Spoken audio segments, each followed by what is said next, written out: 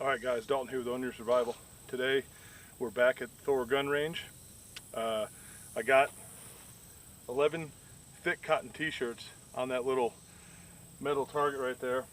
Those things are cool, so when you shoot them they bounce back and then stand back up. So it's becoming a lazy man's game, which I like.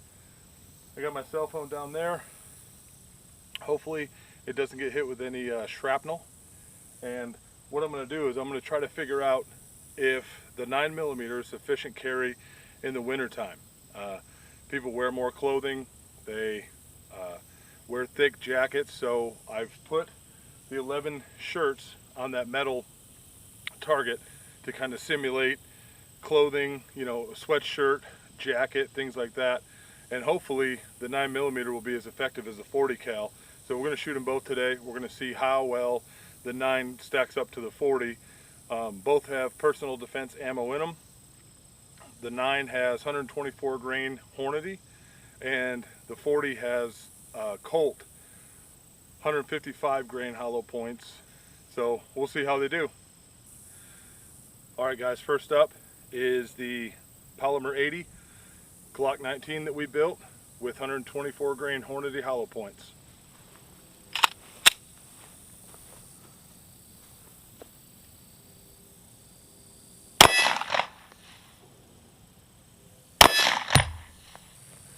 Well, I heard it hit metal. It didn't knock the target over.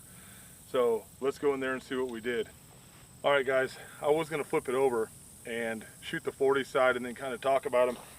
But this is the 9mm side right here. This is the last layer before the steel target. Look at the hole in the shrapnel through 11 layers of this thick shirt. It just completely blew it apart. Literally ripped the whole front of this shirt out. I got a bullet fragment stuck right there. So it looks like the 9mm does a pretty good job in comparison to the 40, but let's see what the 40 does. All right, we got the 9mm test done. Now we're going to use some of those watermelons that I built this weekend, see what this 40 caliber will do.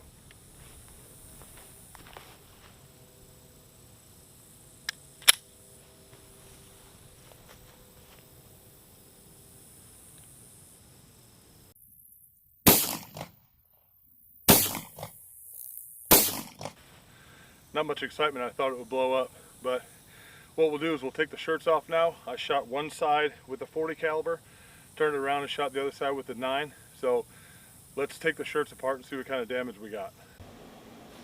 All right, I made it back home. It's too hot out there to be doing videos and doing all this small stuff outside. So I circled the holes that we made with our 9mm and our 40.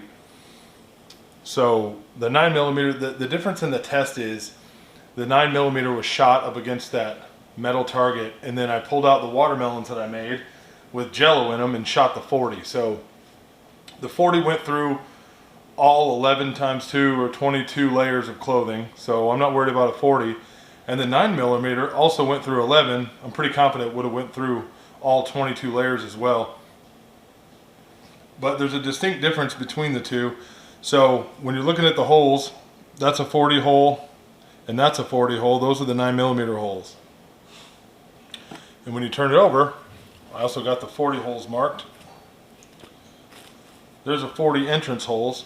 So when I was shuffling through the 11 t-shirts, I didn't find anything too outstanding expansion wise until I got to this shirt here. This is the one that was up against the tin. I tried to show it on the video a little bit, but when that 9mm hit, it exploded this t-shirt. It did a really good job. There's a bunch of shrapnel that went into the t-shirt. There's still hunks of shrapnel from the bullets. The one thing I did find, however, was when I was pulling the shirts off the pumpkin, I found this. That would be a failed bullet. That's one of those Colt bullets that came out of the 40. It was stuck in a t-shirt, so the piece of t-shirt is right there. That piece of t-shirt got hung up in the fabric, and it stopped that bullet, didn't let it expand all the way, so it only expanded half. So I consider that a failed personal defense round. I'll just shoot those, the rest of those that I have, and I'll use the brass to reload. But guys, I don't see any difference in carrying a 9mm or a 40. Doesn't matter what the assailant is wearing. I believe those bullets will penetrate all the way through that person. So myth debunked. Thanks for watching, guys.